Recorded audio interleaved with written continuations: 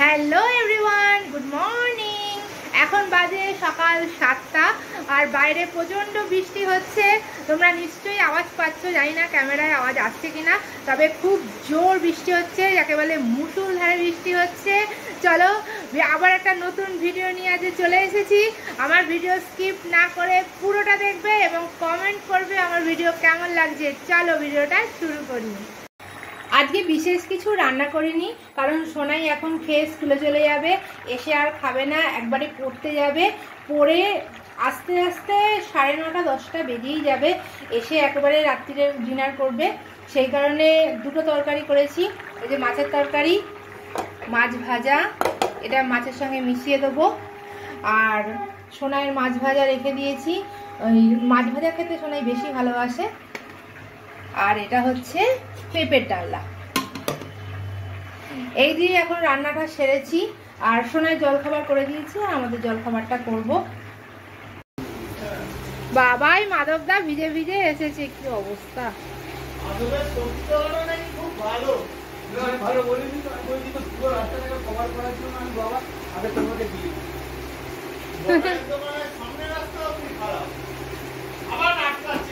রান্নাগুলো এক এক করে চাপিয়ে দিয়েছি, দিয়ে তোমাদের সাথে আবার কথা বলতে চলে এসেছি। বৃষ্টি এখনো হচ্ছে, আর মনে হচ্ছে যে বৃষ্টি থামবে না, জানি না, বলতে পারছি না কি হবে। আর রোজই আমার ভিডিওতে বৃষ্টি বৃষ্টি বৃষ্টি এক কথা, রোজই বৃষ্টি হচ্ছে, আর আমিও ভিডিওতে একই কথা বলে যাচ্ছি। তোমরাও শুনতে শুনতে বোর হয়ে যাচ্ছ। তোমাদের ওখানে কিরম বৃষ্টি হচ্ছে আমাকে কমেন্ট করে জানাচ্ছ না কেন গো? আমি জানতে চাই তোমাদের ওখানে কিরম বৃষ্টি হচ্ছে, জানাবে। হ্যাঁ তো বন্ধুরা, সকালে কিরকম পেতনির মতন হয়ে এসেছিলাম তোমাদের সামনে, ভয় পেয়ে যাওনি তো? এখন স্নান টান করে একেবারে সেজে গুজে পরিটি হয়ে তোমাদের সামনে এসেছি। কেমন লাগছে? আসলে কি হয়, যখন মানে রান্না করি না, তখন ঘেমে টেমে যাই, আর সাজগোজ কিছু করি না, কিরকম একটা লাগে। স্নান করে ফ্রেশ হয়ে যাই, তখন আর রান্নাঘরে ঢুকি না, তখন সেজে গুজে একদম পরি সেজে বসে থাকি, গয়নাগাঠি পরে ফেলি। আর স্নান করার আগে পর্যন্ত গয়নাগাঠিও পরি না, সাজগোজও করি না, একেবারে ভূতনি সেজে বসে থাকি। তোমাদের দাদা ভীষণ রেগে যায়, বলে কিরম একটা ভূতনি সেজে বসে আছো সব সময়। স্নান খাওয়া সবকিছু হয়ে গেছে, একটু দেরি হয়ে গেল তোমাদের সামনে আসতে। এবারে যাব আবার রান্নাঘরে। কেন বলতো? আসলে ছেলের টিফিন তৈরি করব। ছেলে স্কুলে গেছে, স্কুল থেকে একেবারে পড়ে বাড়ি ফিরবে। এবারে ওর একটা টিফিন দিয়ে দিয়েছি, আর স্কুল থেকে বেরিয়ে যে টিফিনটা খাবে সেটা ওকে দেওয়া হয়নি। ওর বাবা নিয়ে যাবে, আমি নিয়ে যেতাম, কিন্তু ওর বাবা আজকে বাড়িতে আছে, বললো তুমি তো রোজই যাও, ক্লান্ত হয়ে গেছো, একটু রেস্ট নাও বাড়িতে বসে। আনলাম ভালোই হয়েছে, সকাল থেকে বৃষ্টিও হচ্ছে, বৃষ্টির ওয়েদারে বেরোতেও ইচ্ছে করছে না। তা ওই যাবে টিফিনটা নিয়ে, আমি টিফিনটা তৈরি করে দেবো, রুটি তরকারি করব। আজকে একদিকে ভালোই হবে, রুটিটা একেবারে করে নেবো, আমাদের রাতের রুটিটাও করে নেবো, আর তরকারিটা এখন ছেলের মতন করব। আর আসলে একই তরকারি না, আমার ছেলেও খেতে চায় না, আর তোমাদের দাদাও খেতে চায় না। এখন যে তরকারিটা করব ওটা ওর মতনই করব, তারপরে আবার রাত্রির তরকারিটা রাত্রিরে অন্যরকম করতে হবে।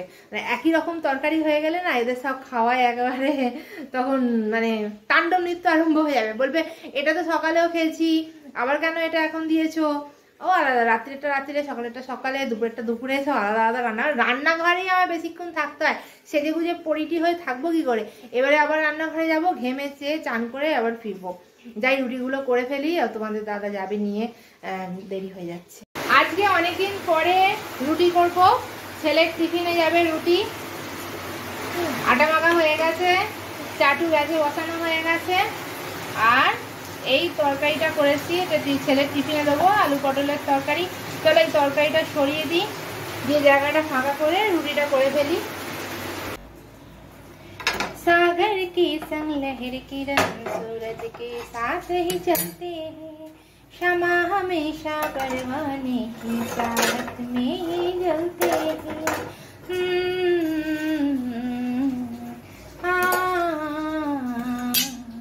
सागर के संग लहर फिर किरण सूरज के साथ ही चलते हैं, शमा हमेशा परवाने की चाहत में ही जलते हैं।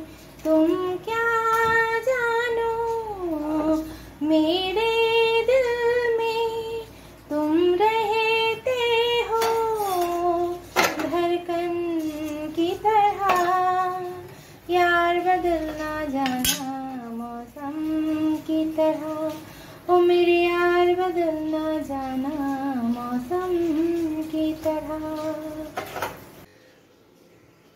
তোমাদের দাদা রেডি হয়ে গেছে, আমিও টিফিনটা গুছিয়ে দিই, নিয়ে চলে যা।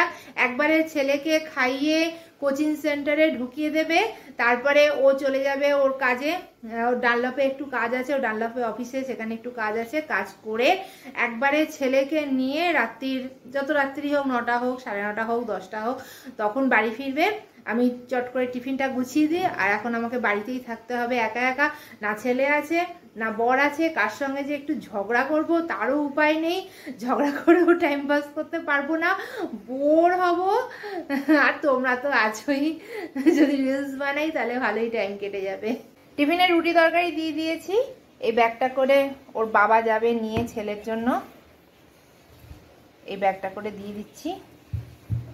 একেবারে পড়া হয়ে গেলে, ছুটি হলে এই অনেক রাত্রির হয়ে যাবে আসতে, 9:30 10টা হয়ে যাবে। এই টিফিনটা নিয়ে ছেলেকে খাইয়ে দিয়ে যাবে, বাবা রেডি হচ্ছে। যদি পারো কিছু ছবি তুলে হোয়াটসঅ্যাপে পাঠিয়ে দিও তো, ইউটিউবে দিয়ে দেবো।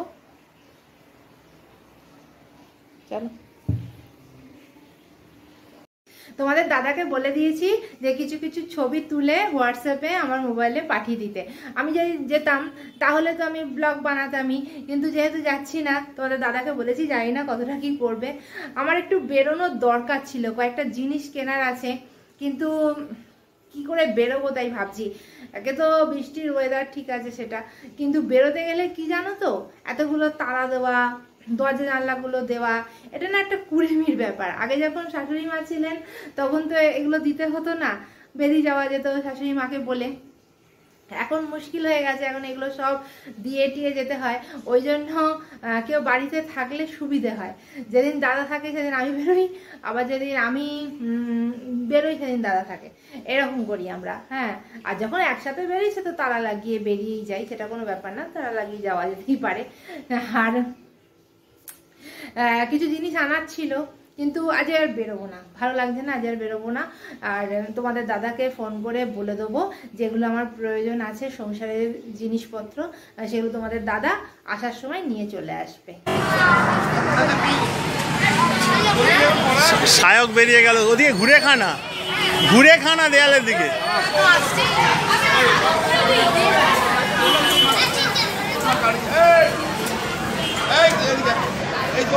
দেয়ালের দিকে ঘুরে খানা।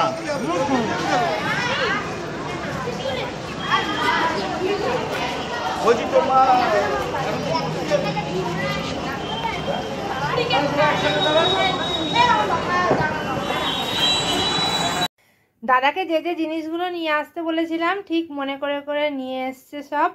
বিস্কুট, মুড়ি, আর এই যে তরকার মশলা, হলুদ, ছোট এলাচ, তারপরে এটা কিসের প্যাকেট, মেথি, এই যে ছোট এলাচ।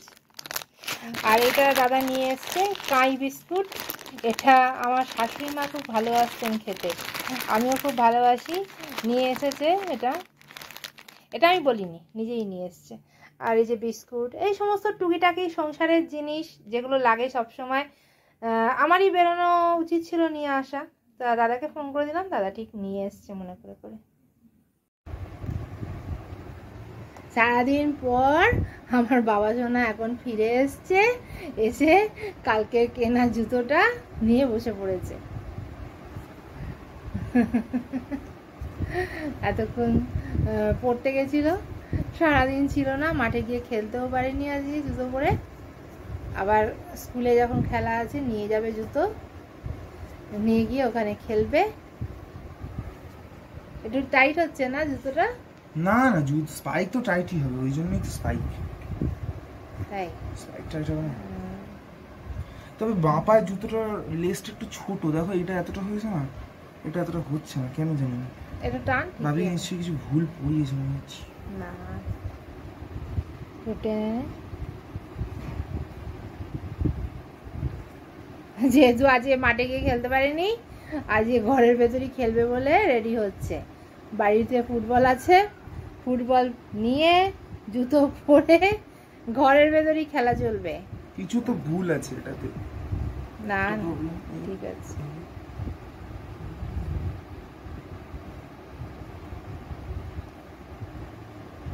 কি ভুল আছে বাবা? বুঝতে পারছি না। সব ঠিক আছে, যা একটুখানি খেলে নিয়ে শুয়ে পড়, অনেক রাত হয়ে গেছে। সারাদিন বাড়ি ছিল না, বাড়িটা যেন আমাকে খেতে আসছিল। আমি একা একা ছিলাম, বোর হচ্ছিলাম। এই দেখো আমি 14 খানা আছে, 1 2 ছেলে ছিল না, বাবা ছিল না। 7 8 9 10 11 12 13 14 জকারে 32 খানা আরো বেশি।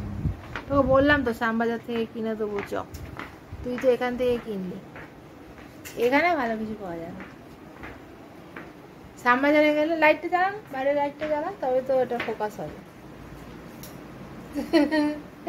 ক্যামেরাম্যান ফোকাস করো, লাইট ক্যামেরা অ্যাকশন।